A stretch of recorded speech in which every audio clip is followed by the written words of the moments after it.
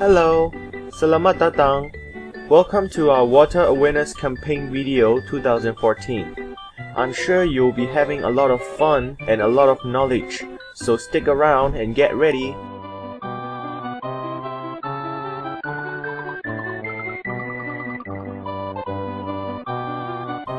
Our main topics today are going to be water resource, water cycle, and water conservation.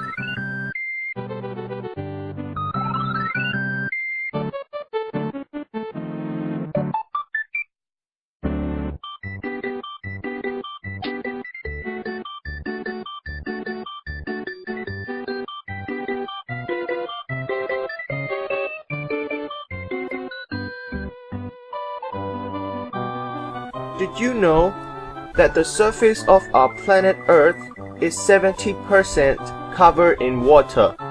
That's a lot, right? But did you also know that only 1% is fresh and accessible water? And that water includes the bottled mineral water in your refrigerator? Now that's very little. You might be thinking, why? Why is water very important? Well, because water is everything. Even our body is made up of water for about 50 to 60%. And we need water in our daily life in all our activities, such as showering, drinking water, and washing our cars or windows. And moreover, nowadays this fresh and accessible water is becoming limited and it's running low, so it's important for us to understand the value of water. Now, let's start talking about our first interesting topic, water resource. On our planet Earth, there are a certain resource of where the water is available. We can classify them simply into a few resources such as surface water, underground water, frozen water, and desalination. Surface water. Now, this type of water is the water that you can observe in the rivers, lakes, or fresh water, and it can be naturally replenished, and you can easily observe them in the nature. It is also connected to water cycle, which we will be discussing in the next topic. Underground water. Now, this type of water is the fresh water located in a poorer space of soil. It means it's buried under deep in the soil. And it's also the water that is flowing within the aquifer below the water table. It is harder to access to compared to the surface water, but still, you can still obtain the underground water by pumping it out. Frozen water. This is what we commonly known to as ice or iceberg. Remember the Titanic movie where the iceberg killed so many people? Yes, this is frozen water actually. Several schemes has been proposed to make good use of iceberg as water resource. Large area of iceberg or frozen water can be observed on the north and south pole of planet Earth. Desalination. Desalination is an artificial process by which saline water is converted to fresh water. This is basically deducting the salt from the seawater so that we can obtain the fresh and accessible drinking water. How are you doing? So far so good? Now it's time for us to move on to our second topic, which is the water cycle. We will be starting off our explanation of water cycle with the first process, evaporation. Evaporation is the process of the conservation of substance from liquid to gas. This is where the transformation of liquid to gas occurs. You should also know that warm temperatures and strong winds can speed up the process of evaporation too. evaporation is occurring all the time every day. For example, the seawater in the ocean will rise up as gas and evaporate due to the heat from the sun. What we have next is condensation. It is the process of change in state from gas to liquid. You can say that evaporation and condensation are connected because evaporation is the change of liquid to gas and condensation is the change of gas to liquid again. For example, the evaporated water vapor will go up as gas and become clouds in the sky. It's pretty amazing, isn't it?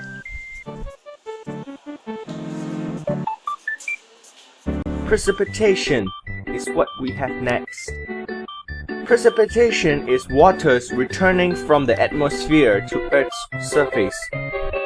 To what we know as rain and snow are actually the process of precipitation, the falling of water returning from the atmosphere. All the water vapor that evaporated are condensed up in the sky in the atmosphere. After some time, all this condensed water vapor will have to fall down, either as in the form of snow or as in the form of rain. That process is called precipitation. We can say that precipitation is the last step of water cycle, because after water cycle, the process repeats as from evaporation to condensation and then to precipitation. And just like that, the water cycle repeats all over again. Last but not least, our last topic is conservation of water. In this part, we would like to leave you off with some tips that we have gathered so far that you can use in your daily life in order to conserve water, a very valuable but limited source. Our tip 1 to you is to turn off the tap when not in use. You can save water while you're brushing your teeth or washing your hands or the dishes by turning off the tap when you're not using. You can actually save up to 200 gallons per month by doing this. 200 gallons of water is actually big enough to provide the fish tank for 6 small sharks. So imagine how much water we can save by turning off the tap when not in use. Our tip 2. Make good use of the rainwater. Rainwater can be used in many ways if you're creative. For example, you can use it to water the plants, you can use it to wash the car, you can use it to clean the window panes and so on. The possibilities are endless if you're willing to try. This is our tip 3. Take quick shower instead of a bath. Normally, a full bath weighs about 140 to 180 liters every time you bath, compared to a quick 5-minute shower. Changing these little habits, one at a time, can make a huge difference over a long time in terms of saving water, people. Tip 4. Where to make full load laundry. Make good use of the washing machine's provided space, and instead of washing every time after every single piece of clothing, wait until you have a bunch of clothes to wash. Another area that consumes a lot of water is flushing after toilet use. Normally, when you flush, it consumes around 4 to 6 liters of water every time. So, instead, prepare pale water instead of flushing after every use. It can save a lot of water over time. As our tip 6, we would like to advise you to always check leaks in pipes and fix it immediately.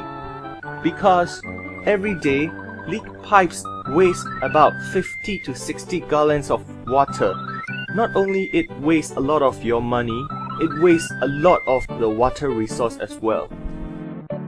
As for tip 7, ensure that there are no dripping taps, because each dripping leak can cause 20 gallons of water wasted per day. As our last tip to you, we can use water bottles instead of using cups to drink.